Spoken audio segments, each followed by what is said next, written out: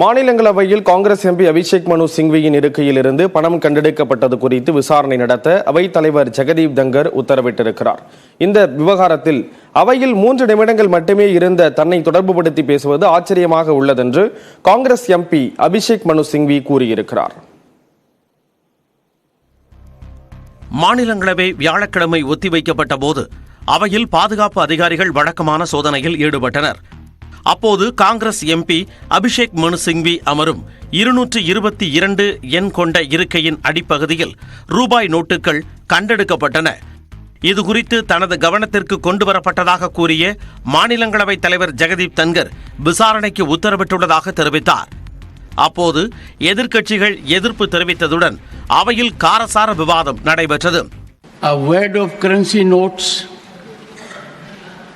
Was recovered by the security officials from seat number 222, presently allotted to Shri Abhishek Manu Singhvi, elected from the state of Telangana.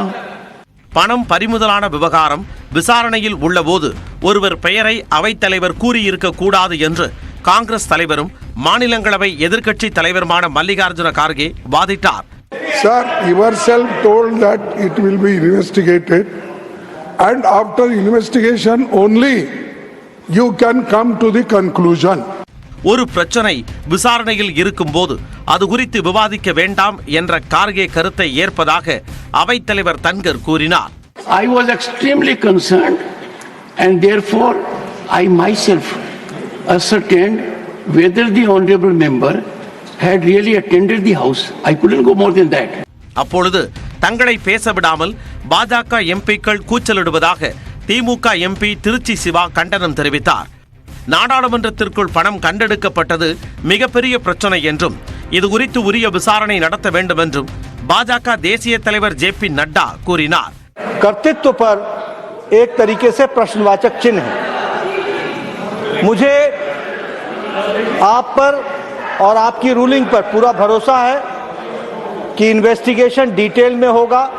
இந்த நிலையில் நாடாளுமன்றத்தில் அதானி பிரச்சனையை திசை திருப்பவே அவைக்குள் பணத்தை வைத்து சூழ்ச்சி நடைபெறுவதாக காங்கிரஸ் குற்றம் சாட்டியுள்ளது. 50,000 ரூபாயை ஒருவர் தனது பையில் வைத்திருப்பது குற்றம் அல்ல என்றும் காங்கிரஸ் தரப்பில் கூறப்பட்டுள்ளது. மேலும் இதுகுறித்து நாடாளுமன்ற கூட்டுக்குழு விசாரணைக்கு உத்தரவிட வேண்டும் என்றும் காங்கிரஸ் கூறியுள்ளது. பின்னர் செய்தியாளர்களை சந்தித்த காங்கிரஸ் எம்பி அபிஷேக் மனு சிங்வி தன் மீதான இந்த புகார் மிகுந்த வியப்பளிப்பதாக விளக்கம் தந்தார். The house rose at 1 p.m. 3 or 4 minutes after I entered the house. From 1 to 1:30 I sat with Mr. Ayodhya Prasad in the canteen in Sangam and had lunch. At 1:30 I left Parliament. So my total stay in the house yesterday was 3 minutes. ஒருவேளை அவையில் பாதுகாப்பு குறைபாடு இருக்கும் பட்சத்தில் அதை விசாரித்து அம்பலப்படுத்த வேண்டும் என்றும் காங்கிரஸ் எம்பி அபிஷேக் மனு சிங்வி கூறினார்.